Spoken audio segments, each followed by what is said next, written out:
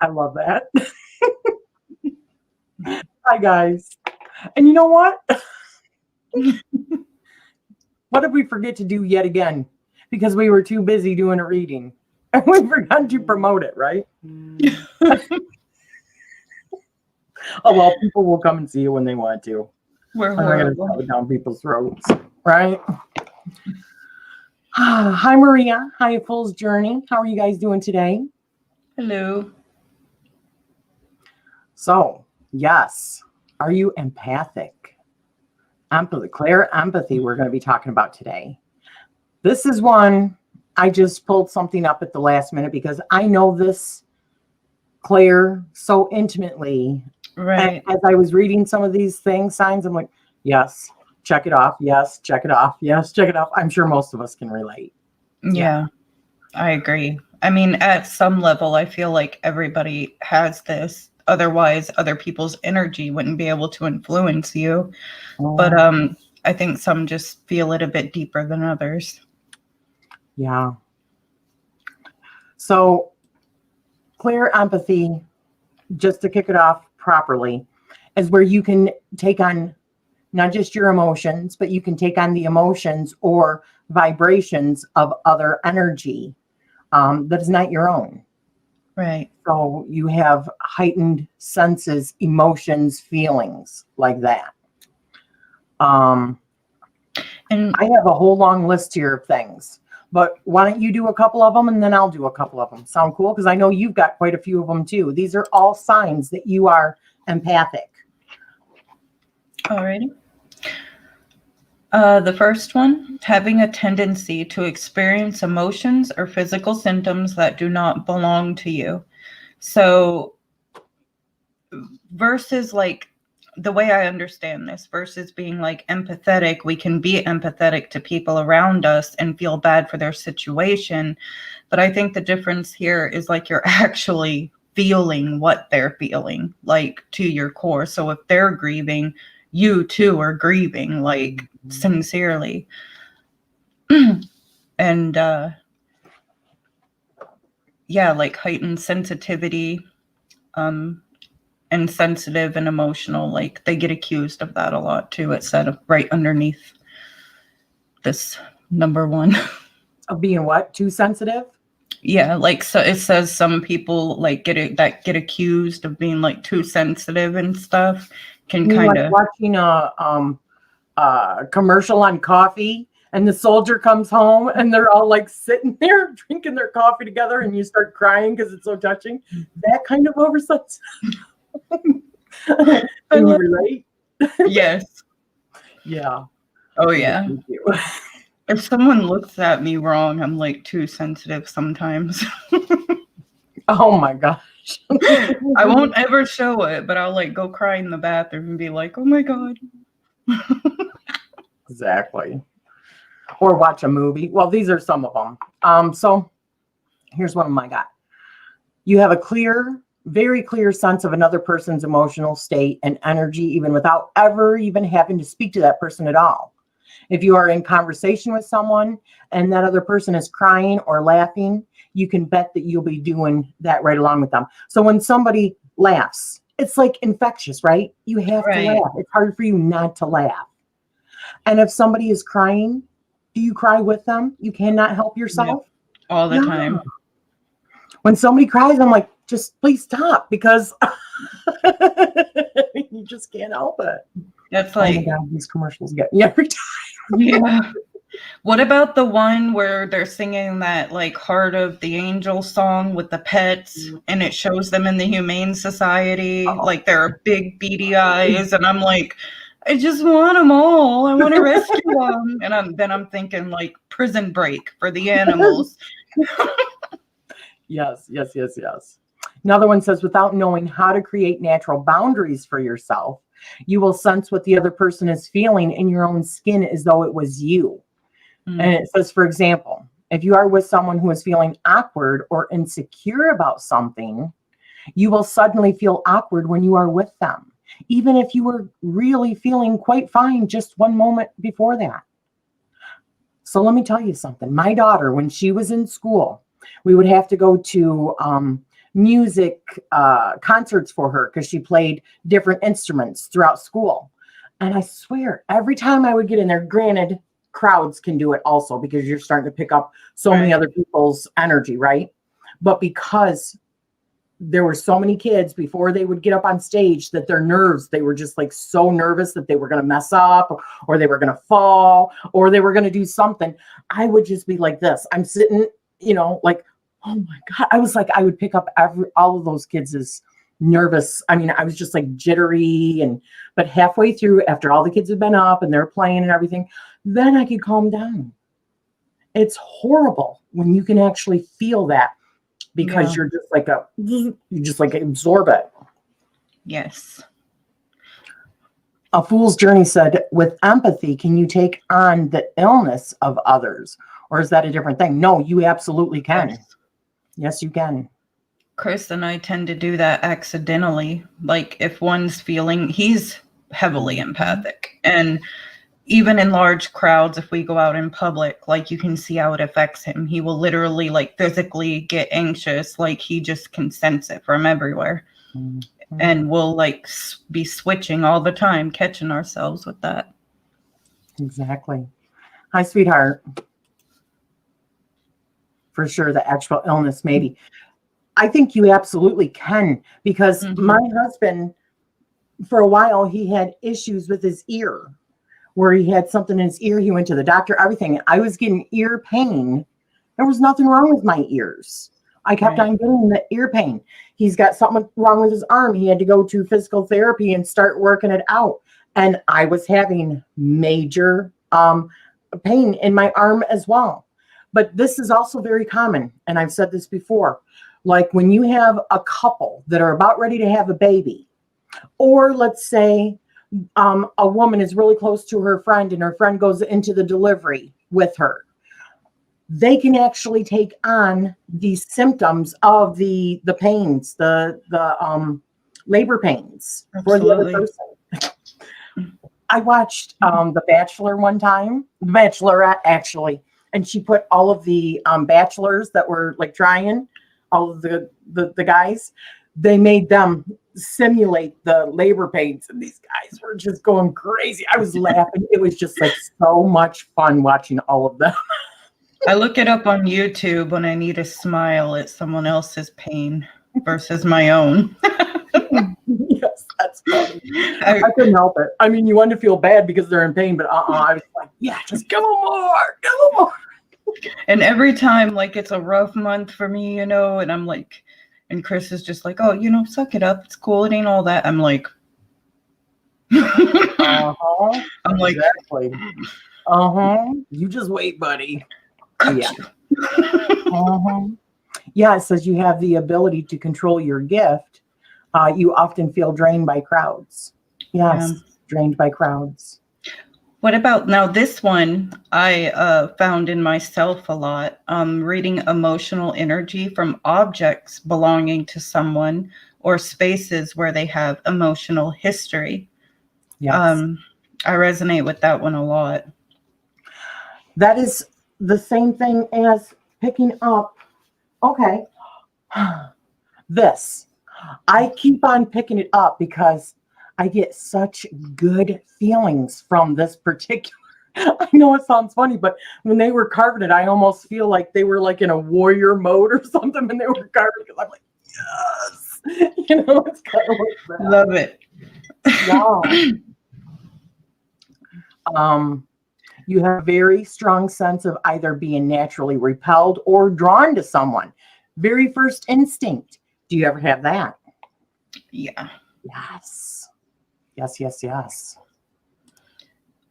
Usually my grandma had heart surgery, and when she was back home, I could feel her scar and where exactly it was without ever seeing it. You know? Yeah. See, in my research, from my understanding, for different people, it could be stronger in one aspect than the other. So when you're talking about this, we're covering like a broad band of terms. Like you have emotional, you have mental, you have physical, like all these different ways of feeling this ability. So, I mean, you could have all, or you could be stronger in one of those areas. Yes. Now, let me just say that we're doing Clairempathy this week. Next week, we're going to be talking about like ways to develop it, or maybe even better, ways to put up good boundaries to protect yourself. Because most people, if they're empathic, they know they're empathic. And it's more about protecting themselves than it is trying to develop it more, right? Right. Yeah, at least for me, it's super strong. I have a great exercise to share next week too, then, because I learned it off a psychic in New York. Oh, yes. But the reason I'm doing this is because the following is going to be on clairsentience, which is like an escalated version of clairempathy, where you can actually feel like if somebody got shot. I mean, you can feel that pain, even if they're not even with you. It's like increased. Yeah. And get a feeling from it. Yes. Yeah. That is clairempathy. Like, Going to a, I'm sorry, what were you going to say, sweetie? oh, no, that's fine. I'm sorry. I was going to say, like, it resonates with me. Like, now even being away from family members and stuff, I can literally feel their emotions at times because it's like that strong. And like, there's times I'll be laying in bed and I'll just whimper because it gets that, like, emotionally crippling. And yeah, I was just going to share that. Yeah. That's pretty much what Summer was saying too, that it's an instant thing. And for me, we've talked about this actually, you and Yeah. I, that we should have trusted our instincts with certain people. Right. That, you know, it's like your gut tells you, your body tells you, your intuition tells you, and then you think, no, because you're going to start analyzing it. No, Yep. we're not going to do that. This is what we're going to do. And then all of a sudden, 6 months later, It's like, your bam. intuition is like, I told you you should have listened, right? Mm-hmm. And Yes. I'm still trying to master that art, you know? Hey, that's not a bad thing. Honestly, I don't think it's a bad thing. I think it's a good thing that you try to put yourself out there. Well, So, thank you. in my opinion. Same to you, though. Yeah. Because everyone needs a bit of us in their life. That's right. Not to, you know, toot our own horn. Says you can be easily confused, especially when you are in the proximity of others who don't share your same opinion. It takes very little for you to believe another person's point of view because you can also feel it in your skin while being exposed to it. This can make it hard for you to discern your own thoughts and feelings on a subject sometimes. I have been, people have said sometimes you're just wishy-washy. No, it's not that I'm wishy-washy, but I can see things, scenarios, or instances in many different perspectives. I can try, I can literally put myself or try to put myself in somebody else's shoes. It's because I feel it. You know what I mean? It makes sense to me. It's not so difficult for me to understand it from their perspective. I think that means, in my opinion, that we are evolving, right? Because we are all one, right? And that is the next step. Most definitely. And psychological, physical and medical ailments and symptoms like you were talking about. What about a natural ability to heal others? And what's interesting about this, Rachele, is I've said so many times how I can be sad or in a low vibration, but I call you. And it's like, it's just something about your energy or you know, it gives me that natural, like, emotional healing just talking to you. And we don't even have to be talking about the problems. I just feel a lot better. And you know what? You do exactly the same for me. That's what real friendship is about, is give and take, right? Yeah. When you know what, and that is also being empathic. Giving of yourself what you know what that other person needs. You already feel what that other person needs. So you rise to whatever that other person needs, which can also get you in trouble sometimes because you can be considered, that's one of them, like a yes person or a pleaser, a people pleaser, because you feel what they're feeling. So you want to give of yourself. And sometimes that comes back and bites you in the bottom. Yeah. So I'm sure most everyone here can relate to that as well. Don't you just love those, I told you, moments you have with yourself? It's hard to trust and listen to ourselves sometimes. Yeah. But you have to. You have to learn how to trust yourself. I found it funny that because they have emotional empath, medical, animal, intellectual, plants, all kinds of different empathic abilities with this. But to just comment on the medical empathy, I could definitely feel what my residents were feeling. Like I would get in trouble because I would walk into work right after clocking in and they'd all be like, lined up, getting ready for dinner, sitting in their chairs. But I could sense like sadness or loneliness. So I'd walk up, high five them all. High five, high five, high five, high five. They love that. Or like if I could feel their pain, I could make them more comfortable. And it was pleasing to me to be able to do that. So I recommend if anybody could control that to some extent and learn to make it productive, medical field, man, for an empath. Healer. Well, empathics are extremely good at healing. And it is because of that reason right there that they're very good. Right. Yes. That's one of them on my list over here.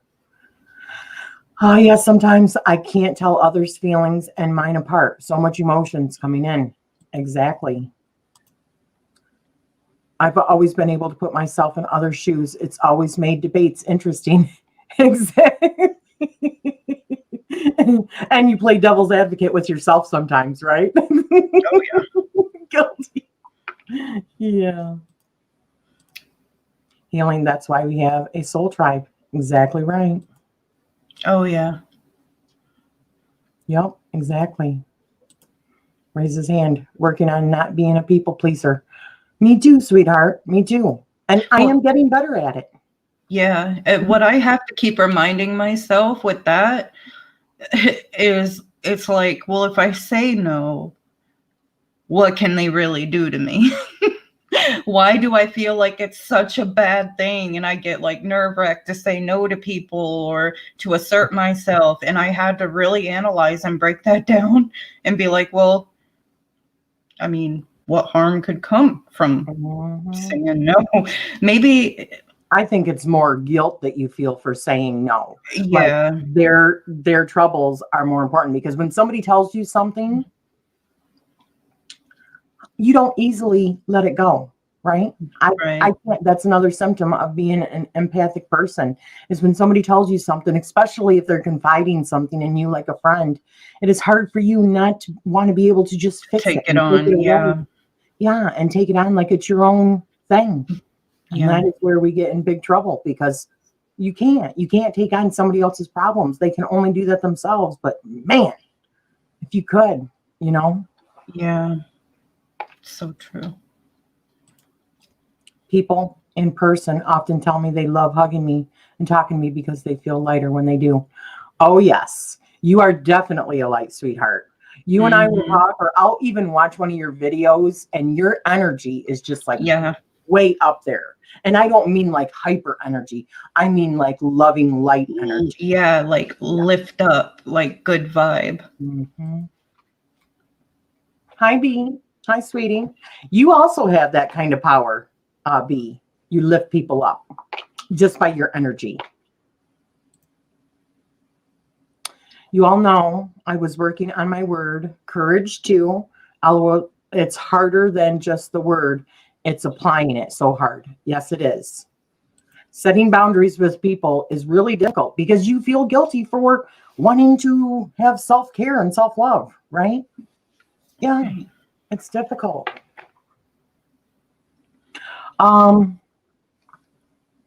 So similarly, other people's emotions, especially intense ones, can throw you off kilter and make you lose access to your own thoughts and feelings. Yeah, we already kind of touched on that. You can have or experience extreme swings in mood related to the shifting of what those around you are feeling. Yeah. I mean, even before somebody even says something to you, sometimes you can already feel it and your mood already gets defensive or like breaks down or gets, you know what I mean? Yeah. Hi, Kevin. Well, welcome. So happy that you're here. Hello. What? Hi, just turning in for the first time. I think I recently discovered my clairsentience, if I may be so bold. That exactly. Very cool. Yeah. That can also be very difficult, but it's Oh, very yeah. cool. Hi, Phoenix. Hi, sweetie. All right, just making sure I'm all right. Also, you can also sense and experience large emotional shifts that are happening on a global level. Oh, yes. I think most everybody felt that in 2020. Oh, yeah. Yeah. It felt like collectively together we were all feeling very much the same, like emotional impact. Yeah. People being either extremely like sheltered, not wanting to be, or being extremely bold, Yeah. and saying, but being confrontational. And I'm feeling that confrontational energy right now. Me too. Yeah. Yeah. Yep. Yeah, it says you are a deep feeler. When you experience even your own emotions, it's a no holds barred situation. Yeah. You're not, if you're empathic, you are not a shallow person by any means. When you feel deeply. That doesn't mean that you show everybody how you feel, but you do. You feel Right. deeply. Yes. Very right. Typically, for an empath, there is no hiding from your own feelings. You probably aren't able to suppress emotions easily. In fact, doing so may be nearly impossible for you. Strong feelings are likely a regular part of your existence. When it belongs to you, especially if it is particularly intense, you probably can't push it or hold or pretend it's not happening. So let me give you, for instance, when you have a really bad argument and it gets you to the point of crying. For me, that's when I get extremely angry because I feel like I have just been defeated. Do you know what I mean? Yep. I feel that as well. And I think a lot of that for me is if I invest my emotions into you, because I will do that hardcore. Maybe I have a savior complex, who knows? But if I invest my emotions into you like that, but you get me to the point to where I'm hurt so bad I'm crying, Yes.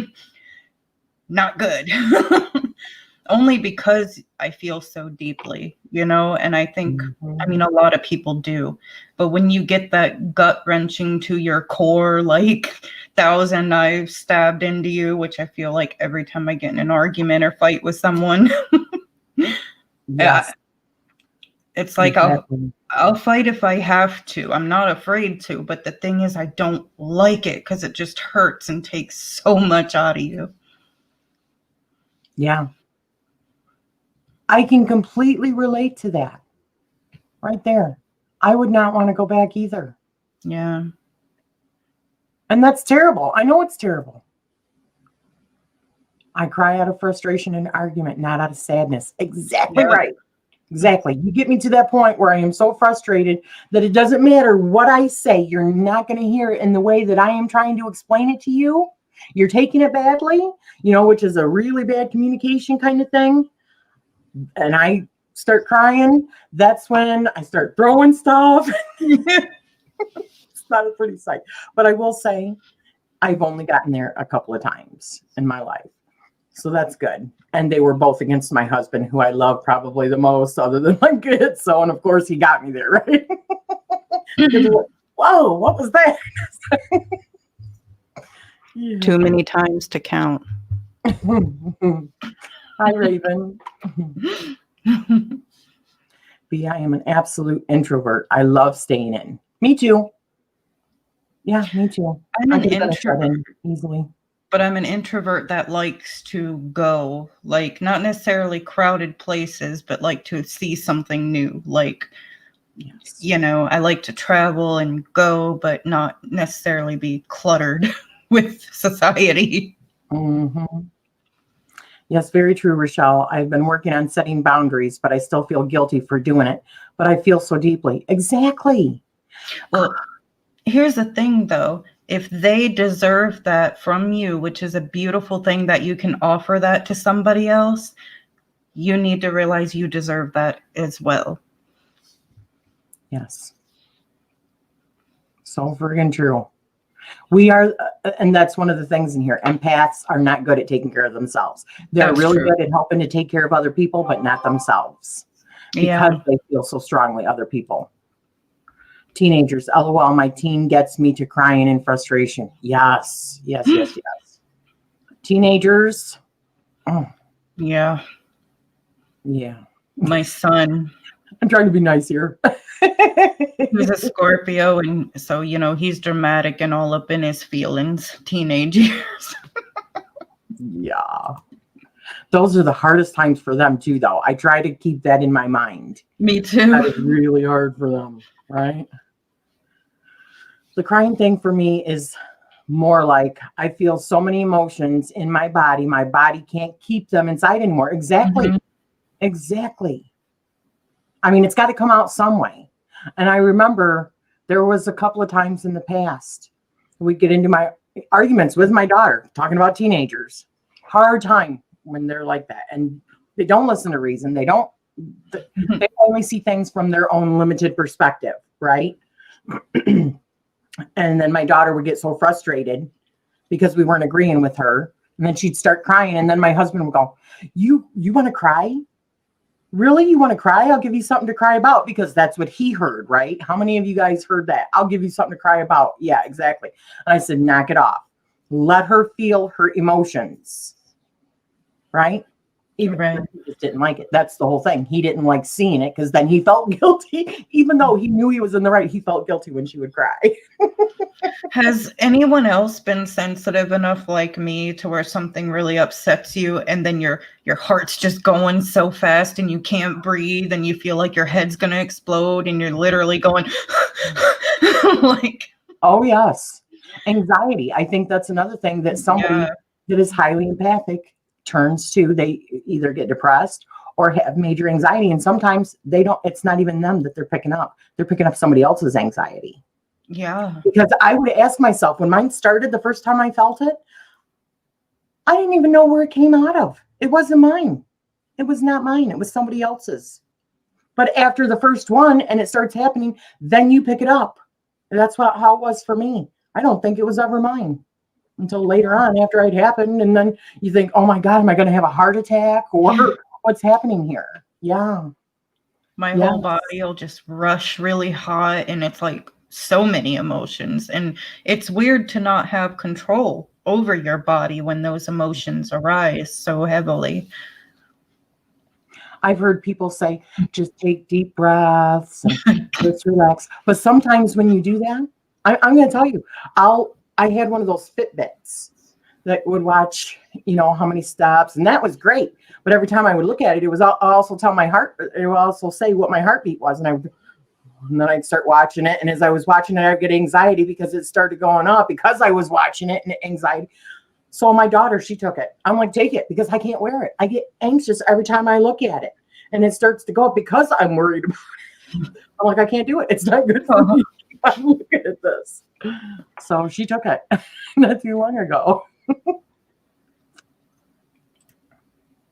I feel like I'm a magnet that can only take so much of others' emotions or energy. It is really draining. Yeah. Yes.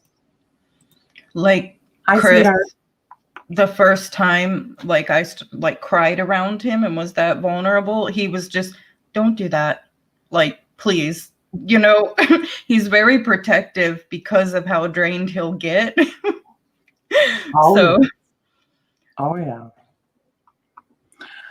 You feel the suffering of others in a very profound way, and not necessarily just people, animals, trees, the land, the environment. You can sense these things, and the suffering or disquiet runs through your own skin. It's especially acute for people or things that you perceive can't help themselves. The suffering is twinged with a sense of powerlessness that can disturb you to your core. and this goes right along with not watching the news, because if I see something, I want to fix it. If I can't fix it, I become so frustrated and sad and depressed. That's why I can't watch the news. It's not that I don't know the suffering's happening. It's too, I mean, if I can't do anything about it, why should I hold on to that energy? I can't do it. It's not healthy for you. Same. So, yeah. What about a devastating story can stay with? Yes. So a story or an argument or something devastating that you've just heard can literally stay with you for a very long time. Yeah. I mean, days, weeks, months, maybe. Yeah. Yes. Oh yeah.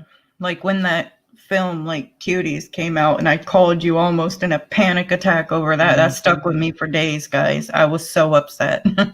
So well, I just stuck with you longer than that. Yeah, it did.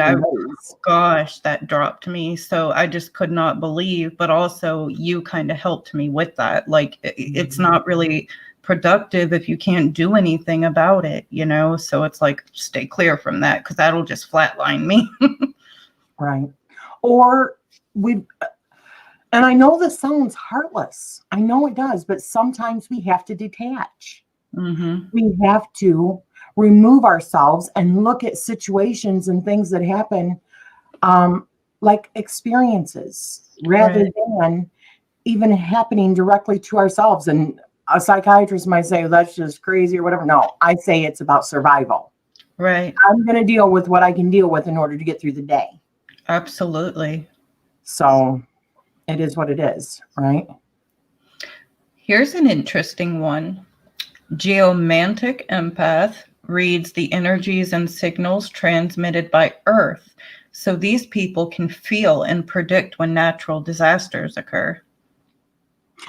Yes, that's another thing I said before about kind of along that ways about being empathic, because you can also tell a really strong empath when they get like migraines and stuff with the temperature changing, the barometric pressure. I would always tell my husband, okay, I wonder what's coming. Do we got a storm coming? Not tomorrow, but the next day, because I would feel it like 2 days in advance. And that's when we had storms rolling in. It never fails. I get really bad pressure headaches. Wow. And as soon as it would pass and we would have the storm, I was good. That is also, and I never knew that was a sign of a strong empath. I never knew that. And A Fool's Journey asked, does anyone else shut off when it gets too much? Absolutely. Yeah. Yes, with animals. I just get so awful emotional when animals suffer. Exactly. Now, it's so sad. This one's interesting. It's called an astral empath. These empaths directly interact with the astral, meaning other dimensional beings, including the Fae, angels, or ETs. Bing, bing, bing, bing. We have a winner over here. Her name is Cortney. Yeah. You've had some too. Yeah. Not nearly like you do, though. You are definitely like a friggin' antenna. Says, come give me your info. I'm a light. I'm an antenna. Pretty much. Your innate sensitivities may also compel you to champion underdogs or those who can't help themselves. That's what I told you. Yes. From the time I was a little kid, that's what I always did. That's why I said I think I had a savior complex, or think I do, really. And maybe they go hand in hand. But I always wanted to help those that I thought either could not help themselves or they were being bullied. I would beat up the bully, which meant I was doing no better than the other one. But I felt it was my mission to like help others, especially those that didn't have a voice. That's why I got a big mouth. It's terrible. I love it though, because to have that type of passion though for somebody else, I love that. Yeah. More people should be like that when they see it. I always told my boys, if you're in the hallways and you see a kid being bullied like mercilessly, please go get somebody or don't let it go, like help them. I think it's important, That's why I love that one show. that's the reporter, and they do stuff undercover, and they put people in situations to see how they'll react. And every single time I'm like, why aren't you saying something? Freaking come to that child's defense. Did you see that story that was just on where there was a little boy who was being abused, and they were at a restaurant, and the woman had put out a note saying, do you need my help? And the little boy went like this. She called the cops. The little boy was being abused. I mean, even to the point by his stepfather. And the mother agreed that that was truly happening, like hung him by a door and all kinds of stuff after beating the hell out of him. And see, think do about something. When you see that kind of stuff, do something. I cannot not do something. right. Because then we're just as bad in my eyes, you know. Yeah. Some argue saber complex. I argue moral and ethically right. Exactly. We just feel. We just feel. And I think it's a beautiful thing that should not stop with humanity is, you know, the empathic part. Sorry, I mispronounced that, but tongue-tied. Because I see a lot of like the younger generation, and a lot of them, they're empathic in some ways, but they seem a little bit less sensitive than other generations. And in my opinion, in my experience, and I always tell my boys, man, try not to think like that, you know, because I'll catch them up at times. And I'm like, well, what if that was you? Exactly. Try to put yourself in the other person's shoes. Mm-hmm. How would you feel if somebody came to help you when you needed it? You know, rather than just doing nothing and shyly just walking away because you don't want to get involved. Right. Part of the beautiful thing of humanity is our emotions, is our empathy. Yeah. That's why I have a big mouth, guys. It's hard for me to keep my big mouth shut when I see things happening. But I love when you're passionate. That's another thing you don't like. That's another symptom. That's another sign of being empathic, is that you don't you're just not big on just like small talk. I've talked about this before. You want to sit down with another person and get deep, dirty and deep, and know all the details, right? Yes, that's me. I don't want just, hi, how's the weather today? You know, so tell me what your dreams were last night. What's going on in that psyche of yours, you know? Yeah. So true.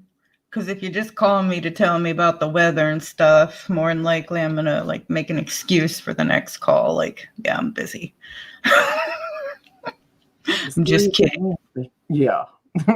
The scariest for me is the shared death experiences. Oh my goodness. Yes. Oh my gosh. Yeah. I gotta go shut my door really quick. It's cold. Maria, same. Yes. Anytime a spirit takes me through their death process, it is the most confusing, scary, horrific experience. In this lifetime alone, I felt that so many times. So many. I dealt with that. Thank God. Oh, it's terrifying. Like you're literally thrown into confusion and like terror and experiencing how they were feeling. And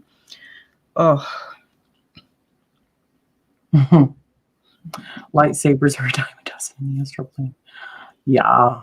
Anything is. Who doesn't want a lightsaber? Right? I want one. Yeah, me too. Yeah.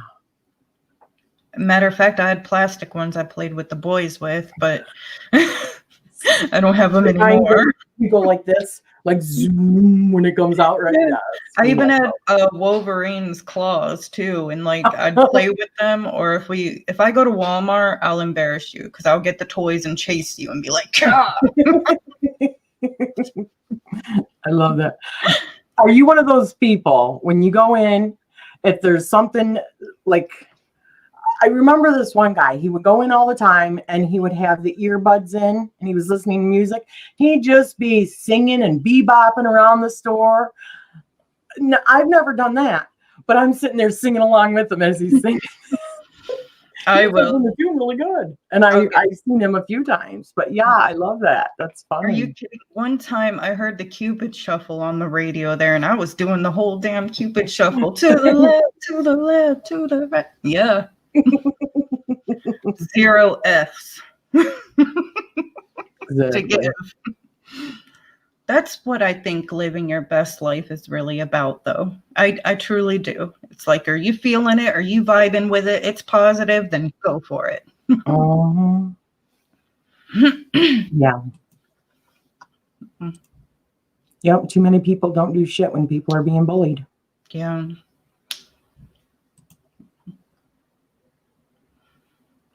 Okay. I'm going up a little bit. I mean,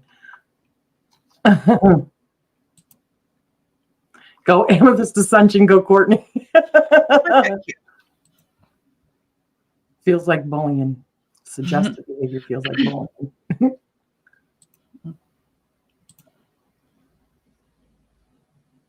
Exactly. Knowing how people, yes. Yeah. What do you mean by suggestive behavior is bullying?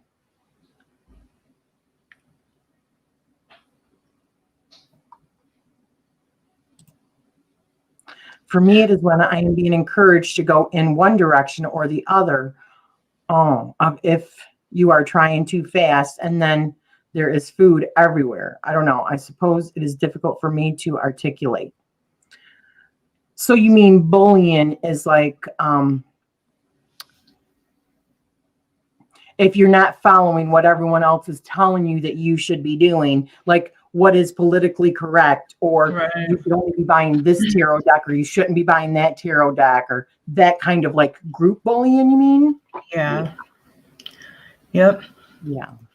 It's okay to have your own opinions, but That's right. nobody else is entitled to have to follow that. That's right. Yes. But some, yeah, like cancel culture. If you don't believe like Mhm. this person, or if you're not doing it like this person, yeah. I think you're going to find that in pretty much everything. I am definitely not one who likes following the crowd. Me neither. No. Nope. I love that when I am filming dancers, I always know when and where to turn the camera to. Yeah, that is really cool. Yeah. I always freak out, but my husband, I always know when something is wrong with him, or if something is going to happen. He asks me how I know. I just tell him, honey, we've been married for 29 years. Exactly. Wow. Yes. Congrats. I love hearing that. I do. Yeah. Especially these days. Like, Yeah, freak out. I'm always happy when the cameras are on time. Drives me nuts when they miss all the good stuff. Exactly. I wish I had been on shrooms when I first heard a lightsaber, but I don't do shrooms anymore. Yeah, the zoom, when it does that zoom. Yeah, there you go. Exactly. Subtle behaviors, glances, or nods. Or for me, when someone is focused on something, it's like they are suggesting for me to take the wheel, but I am merely a witness. Yeah, I see what you mean. Okay. If someone knows that people like us can subliminally catch on. That's another thing. Oh, I see what he means there. It's like, okay, I will do this for you, or say this for you, but then I'm done, moving on. Persuasive. Yeah. Cortney, how does your familiar spirit leave the black mirror? I mean, do you keep it uncovered where they can come and go as they please? Yes, he has domain to come and go. I think you're referring to the servitor. Yes. And what I did was I opened a portal in my mirror. And actually, that would be a good topic to talk about. Maybe I'll put that on my channel here soon this week sometime. But yeah, I opened the portal in the mirror. And you can choose to keep it covered and let it know, like I said, when you're programming it, that when it's covered, it's time for you to stay here. But when it's off, you're free to do whatever. but I let mine kind of roam and accumulate its own like energy now. Yeah. So B, when I say empathic, that's just a short way of saying clairempathy or clairempathic. But it is one of the psychic senses. Yes. And this one article did a really good job at explaining like the difference, because I think they said a lot of people get, it says it is important to distinguish the difference between being empathetic, like feeling empathy, versus being empathic, like an empath. Mm-hmm.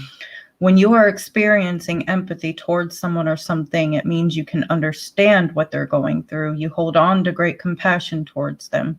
But when you are clairempathetic, you're actually going through it with them, or feeling like you're going through it with them. Yes.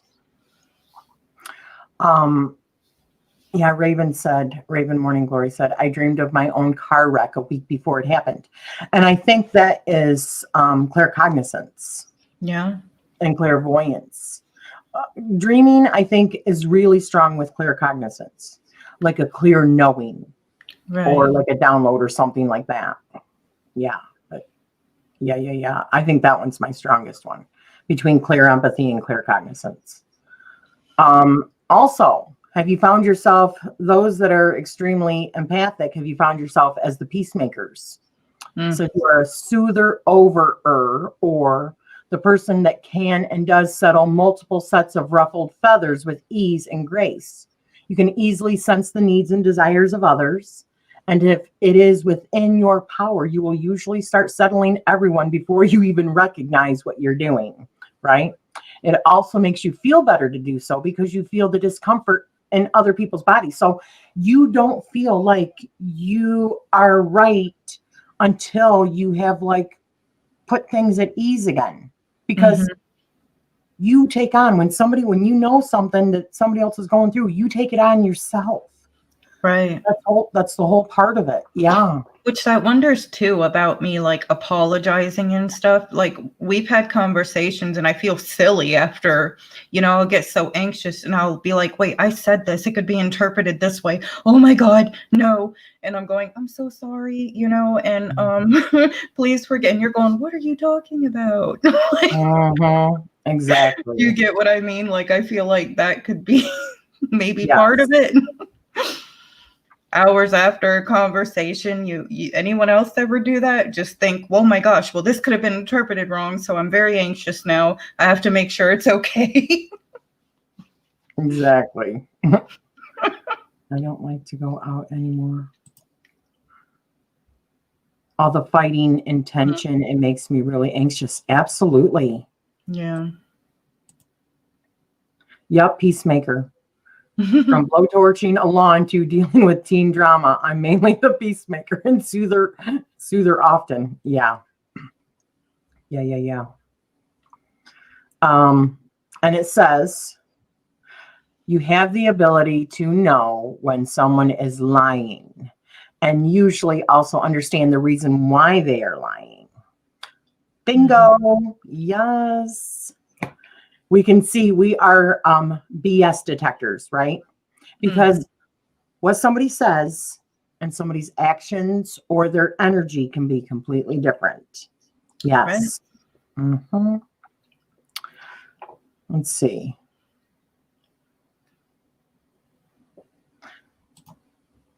I think I've been astral traveling during my lucid dreams. Enoch,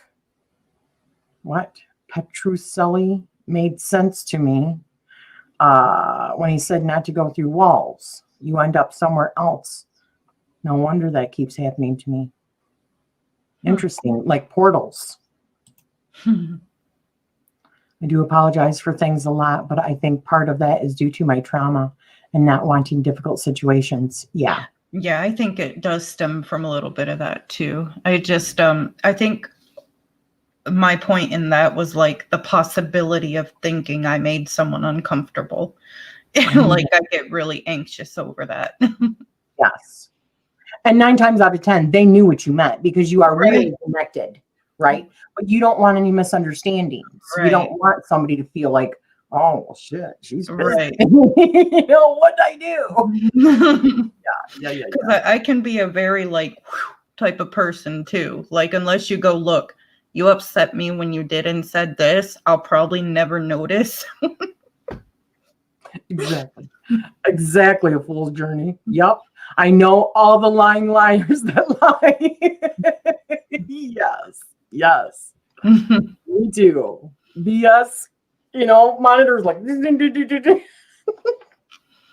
But I will say I can also be taken in by somebody that's a really good liar, because I think some of them are so habitual that they think that what they are going through is correct, or that's the way that they remember it. You know what I mean? Mm. Yeah. I can tell when my kids want to do something that they shouldn't way before they ever try it. Exactly. Mm-hmm. I had a bad physical feeling numerous times in the past on the days when bad things happen, death, accidents, etc. Wowza. Yow. Yeah. Frequently, but not always, empaths are gifted healers in their own way. So your ability shows you instinctively what is needed to heal or harmonize a situation, whether that is smoothing ruffled feathers between friends or the actual physical healing of others. You are a natural antidote maker. Empathic healers need to be especially diligent about learning to and practicing not taking on the energy of others while they heal them. That can have the opposite effect of making the healer sick. So when somebody had said earlier, can being an empathic person make you sick? Yes, it can, especially if even being in your presence, when you don't realize that you are maybe healing somebody by even emotionally talking to them. We are so good at taking on other people's energies and not being able to easily let it go. I mean, like, let's say, for instance, you had a conversation with somebody, and even though you maybe felt like it was taken care of and it had come to, a resolution, you're still thinking about it for a week after. I mean, what if I had done it this way? What if I had done it that way? Do you guys do that? I know I do. I definitely do. Oh yeah. And that's not a good trait. The exercise I'll cover next week has a lot to do with that and balancing that out and the energy you accumulate. Well, what's interesting here is it says this lady's a psychologist, and she said she found in like a huge amount of her patients that were diagnosed wrongly, she said, with mental illnesses such as bipolar, schizophrenia or schizoaffective disorders, and borderline personality or major depressive. She found that these abilities were rampant in people that were her patients with these.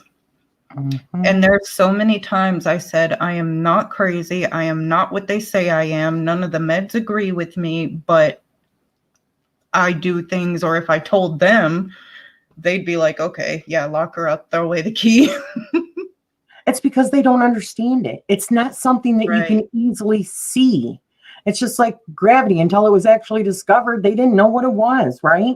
Right. Or so that's what a lot of this stuff is, developing senses that are not your 5 main senses. They go beyond that. Then that's considered like woo-woo stuff. Well, psychology's studying it for a reason. There you go. Exactly. Yeah. I met a habitual liar once. The police even said that they thought that she was lying about the hotel that she ran being robbed. I bet she kept the money. Yeah. I honestly think that there are some liars that are so good at lying, it's because they convince themselves that that is the truth. That can be, and I heard that people can actually beat like lie detectors and all that because they keep their like emotions and everything like in check. So I have been fooled by people like that. I have. Me too. But not normally. Cortney, why do you have a scary picture of you as a corpse for your channel? It's a good question. I get that a lot. It's very symbolic for the work that I do, and kind of stands for like my abilities in dealing with the dead and darkness. So if I had to present my shadow spiritual self as like an avatar to people and it was visible, that would probably be what you see. It's to also symbolize you can be cracked but never broken. And I always thought it was just because she's a rebel and she likes to shake things up a bit, right? It's that too. It's that too. It's a little, yeah.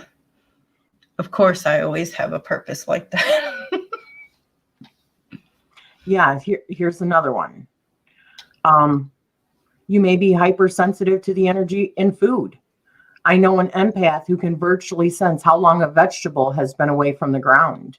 While you may or may not be this sensitive, you may have a very innate and strong sense of attraction and repulsion to the energy in food. So like somebody that is vegan, perhaps, they literally cannot eat the meat because, for me, and also because it could be physical, but when I try to eat or have in the past tried to eat like beef or pork, I feel so friggin' heavy all in here. I just can't do it. I can't.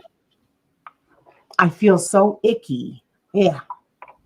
And it also says somebody that is empathic, not always, but it does happen that some empaths are prone to addictions.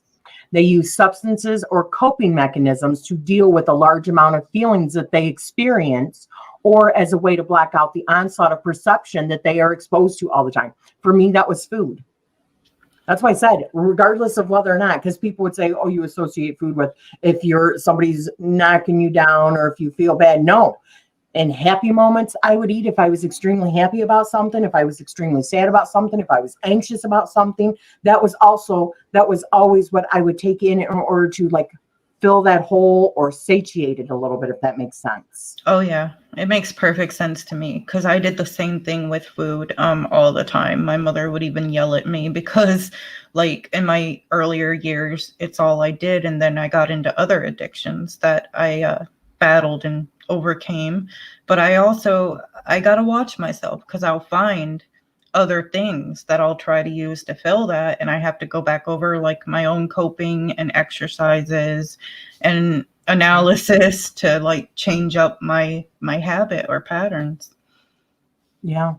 It's about awareness, recognizing.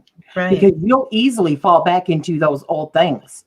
But because you have made yourself more aware of it, you are like conquering it. Like I said before, it's like we had to go through that in order to come out the other end. I think it was part of our blueprint, right? Yeah. But yeah, once you know, and like I said, you might not catch it all at once, but then you might be eating and go, oh, okay. And then you can set it aside. Because for me, the biggest thing for me was always finishing what was on my plate, even when I was full. Same. And I would have to go, you know what? I don't have to eat this. I can, even if it means throwing it away, it's okay. I can throw it away. You know what? I'll be honest with everyone now. Last year, I very much fell into that, like with food. I think we all know that I've accumulated weight over the last year. You can visibly see that on my channel.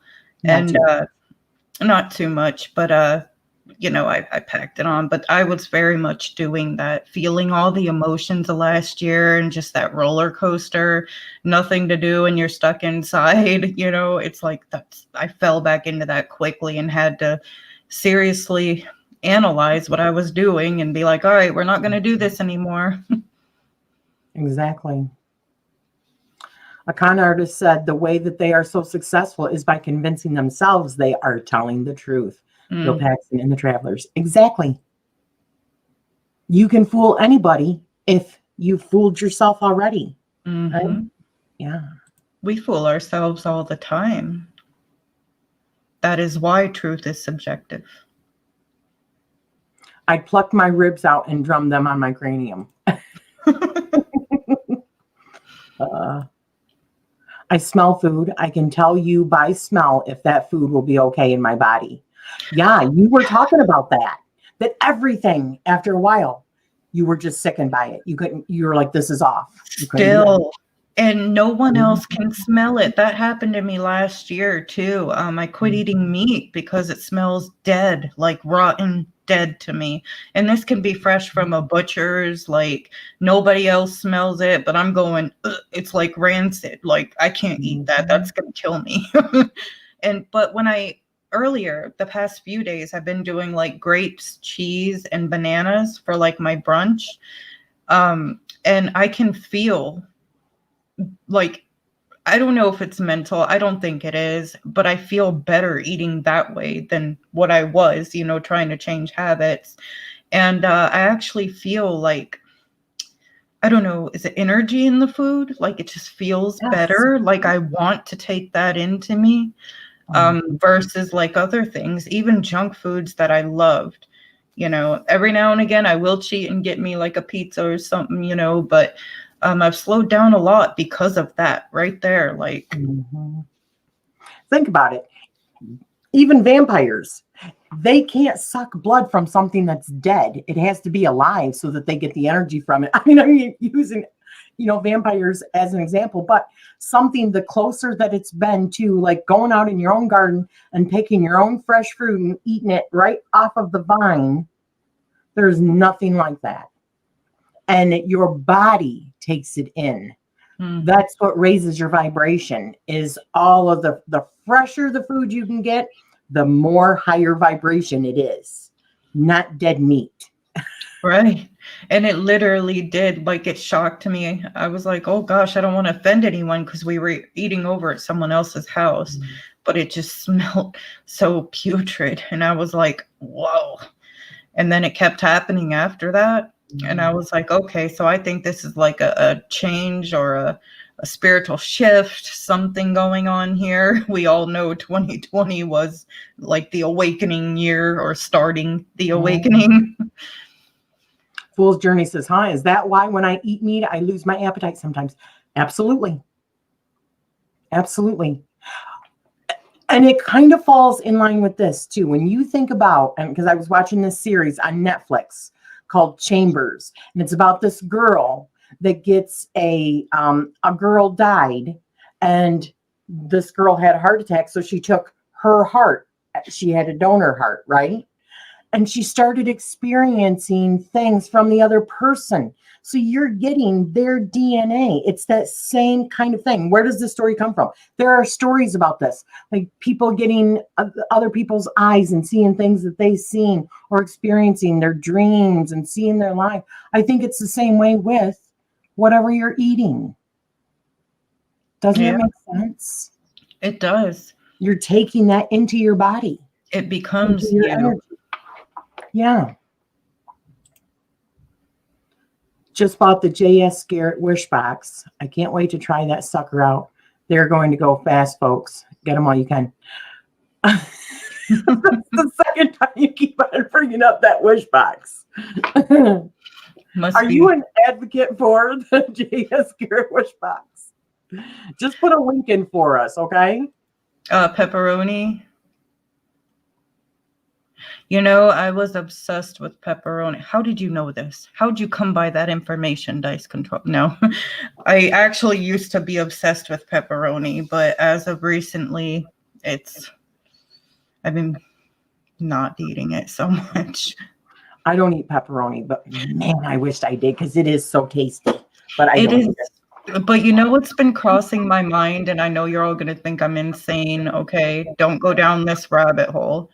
But there is a conspiracy theory, a few of them out there, that because our meat markets don't have enough, that apparently other meats can get thrown into that. And just the thought of human meat possibly ending up in there somewhere, I'm like, I'd rather not.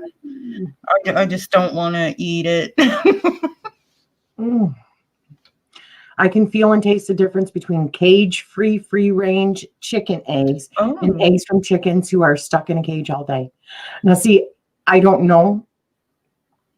I don't know about that. I would hope that I'm getting eggs that are free-range, but I also have this, and I get the ones that say like no antibiotics and free-range and all that, but I've also seen documentaries where they say that it's that, and then people that actually work there tell them the truth that it's not. So there's a part of me that thinks, okay, these people are really just, but that's my own untrust, not trusting like the system or big corporations and stuff like that, because, organic. I've also read stuff about when you buy organic, that there's actually less testing on it because it has that word. So there's less regulation. So I'm kind of, okay, I'm terrible. Yeah, the organic ones have a really happy energy to them. Yeah. My cigs and caffeine explained. I don't want to be a vegetarian. I'm not a vegetarian. I'll eat chicken every now and again, but it's starting to turn me as well, believe it or not. I just want to know how to be a vegetarian that eats enough protein, vitamins, and fats. Beans. Yeah, I eat beans. I eat nuts. The rest of your family's not going to be too happy about that. It's a fart fest. There's other ways you can get it, because you don't have to be like die hard. Like I'll eat cheese. I get my fats from that. I don't necessarily classify. I would say vegetarian more so than vegan, but there's a few types, That is ideal right there. That is ideal. If you had your own chickens and yes, I would dress so much better. Yeah. Yeah, cell memory for, gotta eat my dinner now. I really enjoyed this. Yeah, after we've talked about all that. Sorry, sweetheart. Have a good evening, honey. Even pepperoni turn. Oh, yeah, okay. So I'm like way behind. Their diet affects the taste, I've heard. Yes, I have heard that too. Human meat might be the bomb. Who knows? I'm not going to lie. I have a sick curiosity, but I don't know if I'm brave enough. But it tastes like bacon. I was going to say chicken. Everything. They say pork. Like they say pork, and apparently they have tofu, like fake human meat. And I thought about it, but I don't know if I'm brave enough. Like I don't know. If I ever do, though, I promise I'll record it. But let's see. Yeah, here's another one. You can be extremely affected by images or movies, like you were. One. People tell you things. Even perfect strangers sometimes reveal intimate and personal details to you. They sense a natural safe harbor in you. So, yes. Do you have that? Or somebody all the time really met and they're just like telling you all of their stuff? Yes. Verbally and mentally, though, and energetically. Sometimes I could talk to any random person, but I'm seeing so many personal, vivid details of their life in my mind or feeling it. And it's awkward. I learned to kind of block it and not bring it up. But yeah, it can be, I'm talking like deep level things that you probably wouldn't share with nobody else, Also, it says similarly, you are likely very naturally a good listener. You are interested in the experiences of others and generally want to know about them rather than just simple small talk kind of crap. You like actually getting to know somebody and their stories, and like when you were working in like the nursing home and stuff, right? Yeah.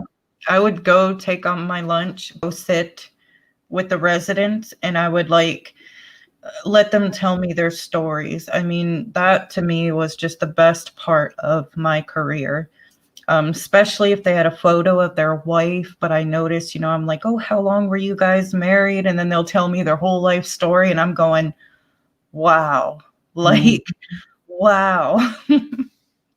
I love talking to people that are elderly because they have such amazing stories. Oh, they do. Yeah.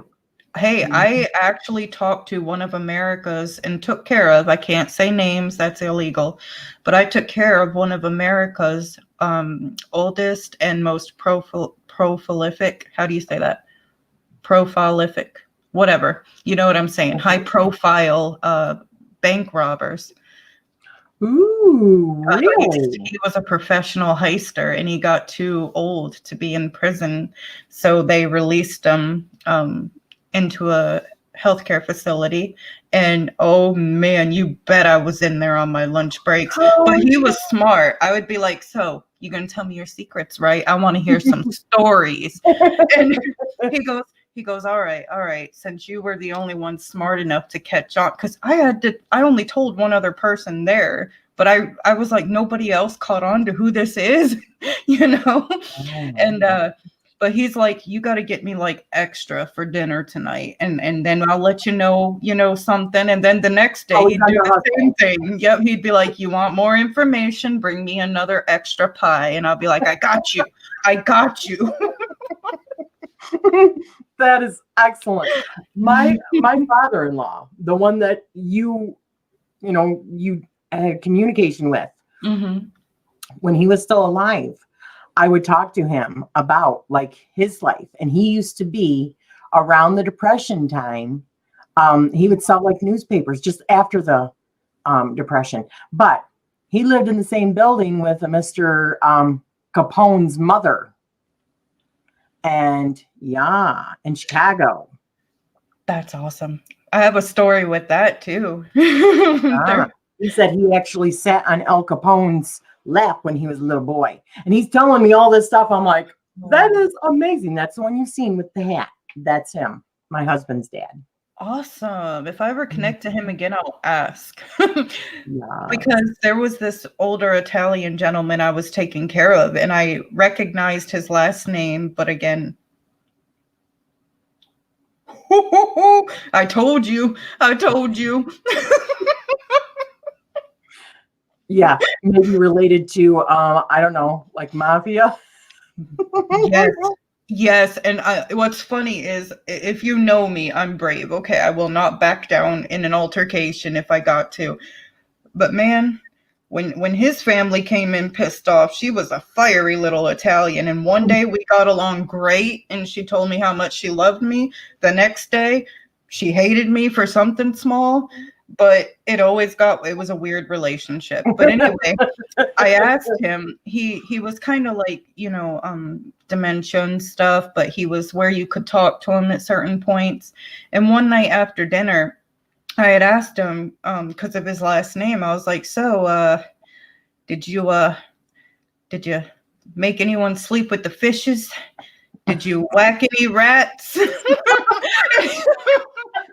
And he goes, yeah. And I'm like, really? And he goes, yeah. I was like, can you tell me the stories? He goes, yeah, but you can't tell no one because they've come here looking for me. And I thought that was his, illness. But I went and asked our head nurse, and she said, in fact, yes, that he's been there for like 10 years. And like 10 years ago, when he first came in, they had the mob in there. Wow. Yeah, you and I are going to be talking. Yeah. I knew the psychics I talked to were experiencing what Cortney does with deep, dark secrets during a reading. Missed the start. Hi, Denise. Hi, sweetie. Also, here's another one. You may be intolerant to narcissism. It's almost painful to be around others who are so self-centered that they can't see anyone else's point of view. It can feel like talking to a wall. Hello, y'all. And you crave authenticity and truth in others. So since you know it, when you hear it, the truth is always more comfortable to you than a lie. Therefore, you are infinitely more comfortable with people who are living their own truth, whatever that is. Exactly. That's why I say, speak your truth, right? I relate to anybody that's speaking their truth, as long as they're like strong in their own convictions. I have mad respect for that. Yeah. And because of your ability to sense authenticity, you are not easily shocked or surprised by things either that people tell you, right? Just like what you were just saying. You're like, give me the goods. I want to know the goods. Yeah.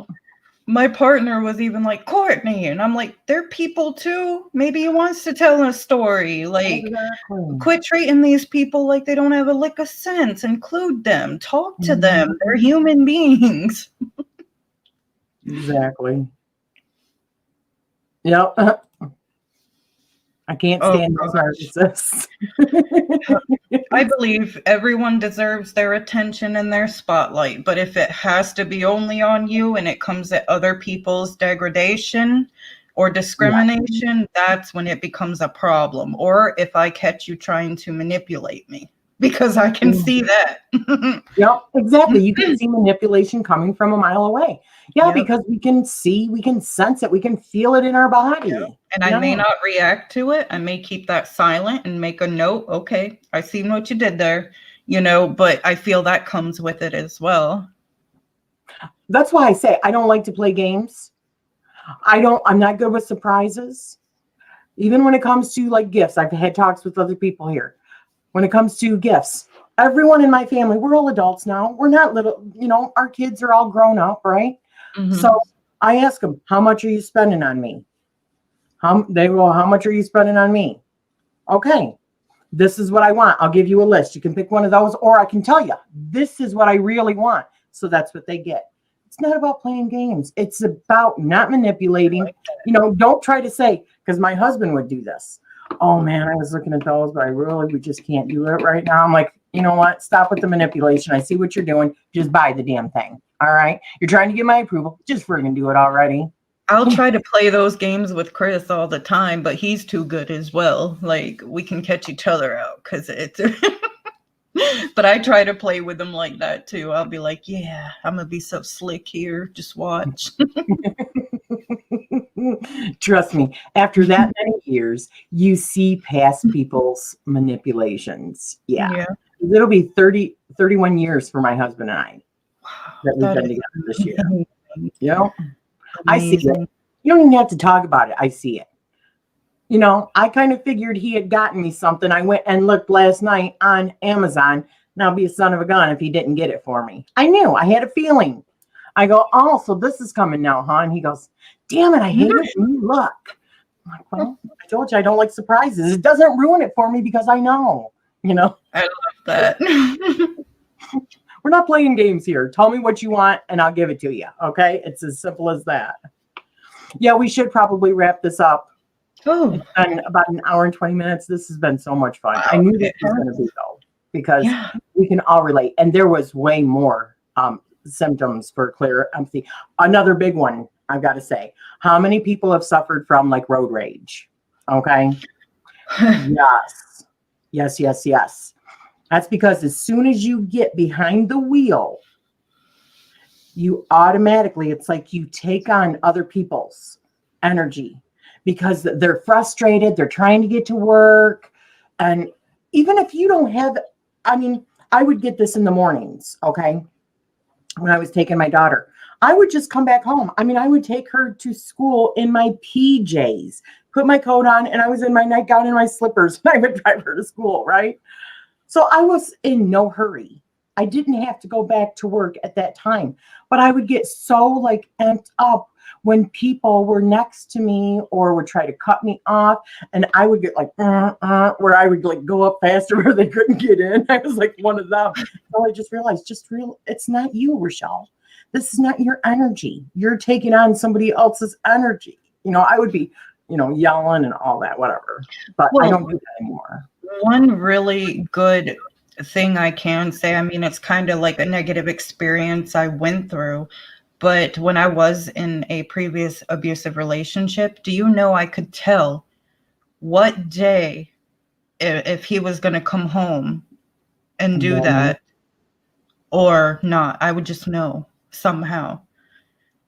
And then I got smart to where I listened to it and I would try to like manipulate or stay out of the way or, I feel like if we listen to ourselves more, trust ourselves more, we can use it, in positive ways. I think that is more an instinctual thing that you had to for like your own survival kind of like, Yeah, but also, have you ever been in a bar and a fight breaks out and suddenly you're all pissed off and fighting? Like, You know what I mean?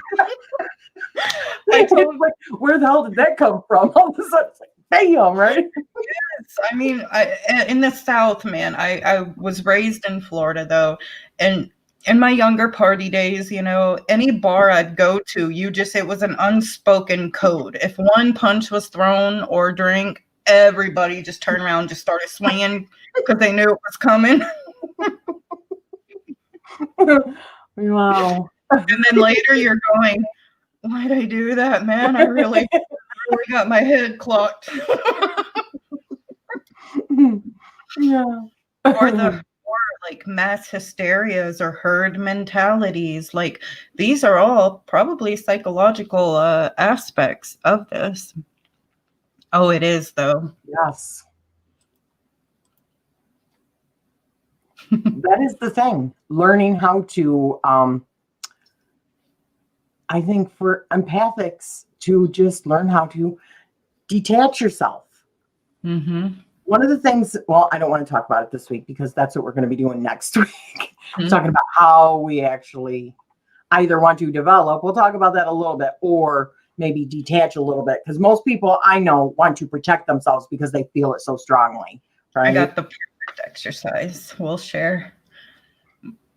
I can understand the emotion to the point where I recognize it and allow myself to indulge in the display. Exactly. And afterwards you go, oh, you know, it happened again. Just when I'm trying to get out, they pulled me back in, right? Like the Godfather. Yeah. All right, guys. Courtney, thank you for doing this with me, honey. I love you. Thank you for having me. I love it. Come on. Tell me we're not like, you know, the coolest duo. Until someone else is here with her, then they're the coolest duo. But right now, we're the coolest duo. No, you're always the coolest. You too, go. What's this? I had a lucid dream. I was walking with Kane in a field of some sort. When I woke up, I could still sense the rage, but we were in harmony in the dream. Wow. Very interesting. Well, thank you. Very nice to meet you, Kevin. And thank you, everyone, for coming. We love you very much. And next week, we will be talking about ways that we can protect ourselves from all of these strong emotions. And the week after that, we'll be talking about clairsentience. All right? The symptoms, the signs. I keep doing that like it's a freaking disease. And then how we help develop it or how we help control it. We hope you have a wonderful, 2222 here. That's the second time just before the live. You seen that? I seen 222 and you said 2222. I'll have to look at what that means later, honey. Wow. So, yep. See you guys next week. Have a good one. Love you. Love y'all. Bye.